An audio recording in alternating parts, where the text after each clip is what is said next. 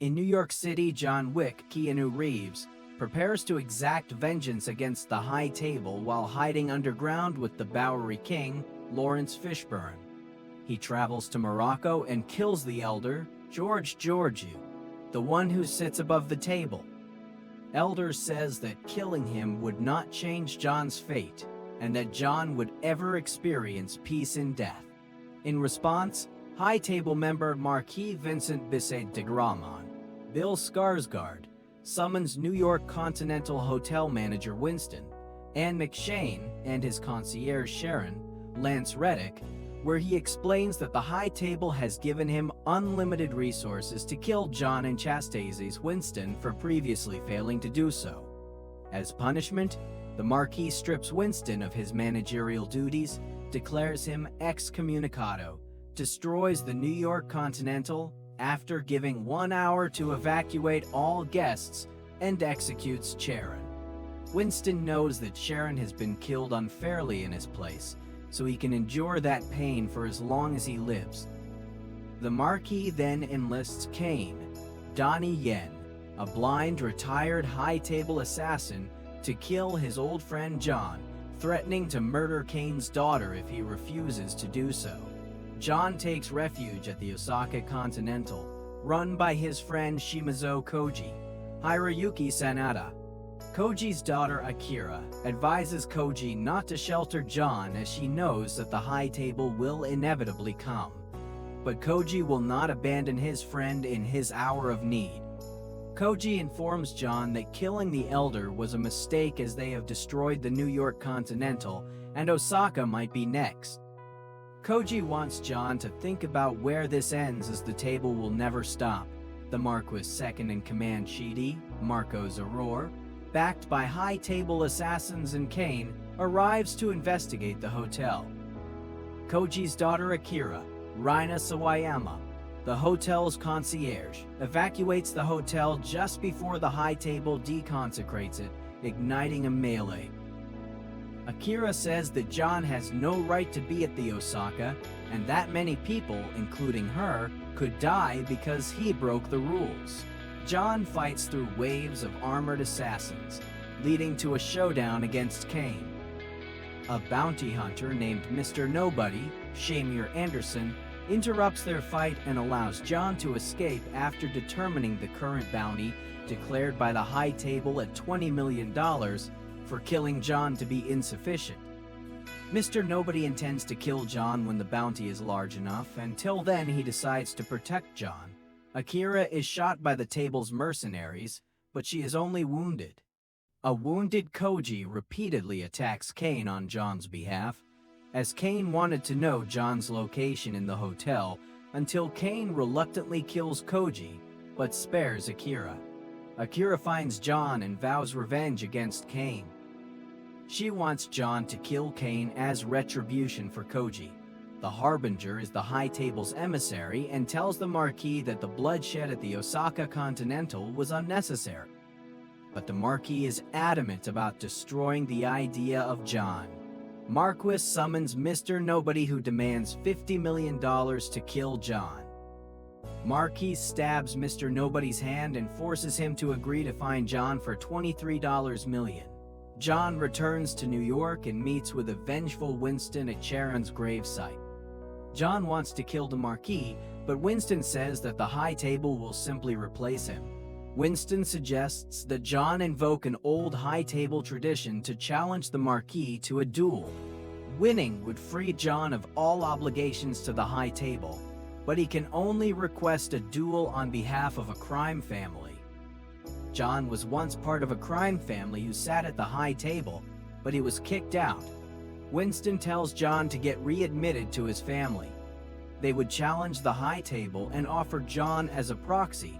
John travels to the Berlin headquarters of the Ruska Roma crime syndicate, with whom he had severed ties, to request readmission.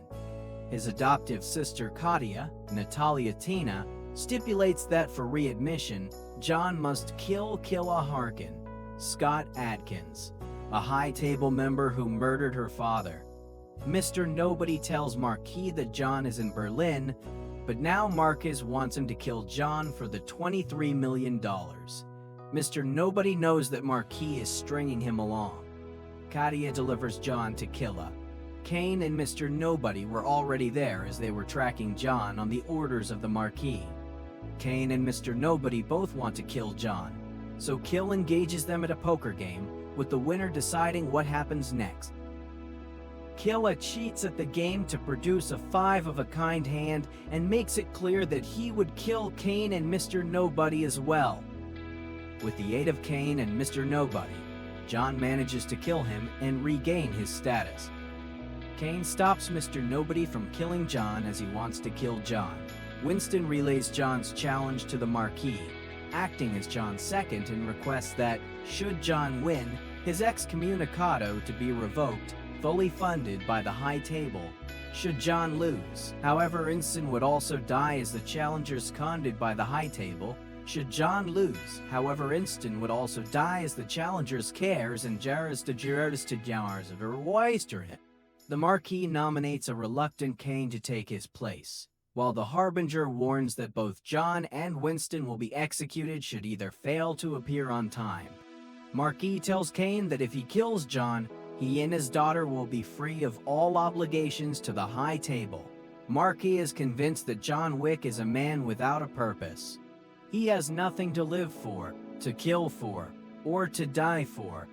He is a ghost looking for a grave, and Marquis will help him to get there. The Bowery King arrives in Paris to give John a pistol, Ninham Pit Viper, and a new ballistic suit.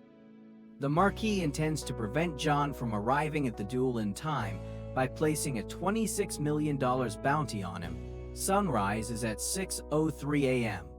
John fights off hordes of assassins on his way to Sacre Coeur, including Mr. Nobody, who negotiates a bounty increase to $40 million. Mr. Nobody engages John in hand-to-hand combat, during which John gains the upper hand, forcing Mr. Nobody to summon his ferocious dog for help. During their confrontation, John prevents Chidi from killing Mr. Nobody's dog, causing Mr. Nobody to abandon his pursuit of John. John is stopped by Marquis's agents from reaching the summit and has only 3 minutes left to make his deadline.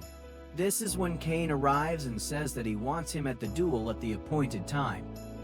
After Kane and Mr. Nobody assist John in fighting off several assassins, including Chidi, whom Mr. Nobody kills, on the Rue Feuilletière, they reach the summit just in time for the duel.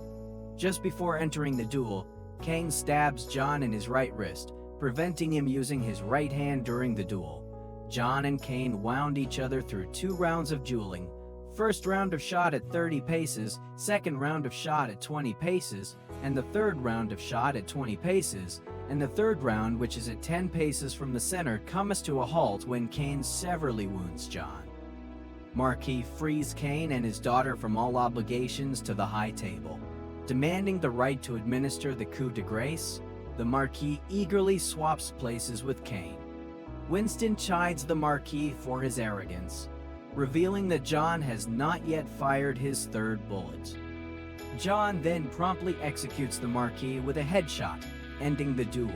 The Harbinger grants Kane and John their freedom from the High Table and Winston's reinstatement of hotel manager of the New York Continental, which will be rebuilt with the High Table's funds. John reflects upon his life and marriage before succumbing to his injuries. Sometime later, back in New York, Winston and the Bowery King bid farewell to John at his grave, located next to that of his wife Helen. In a post-credits scene, Kane returns to Paris to reunite with his daughter but is approached by a vengeful, knife-wielding Akira.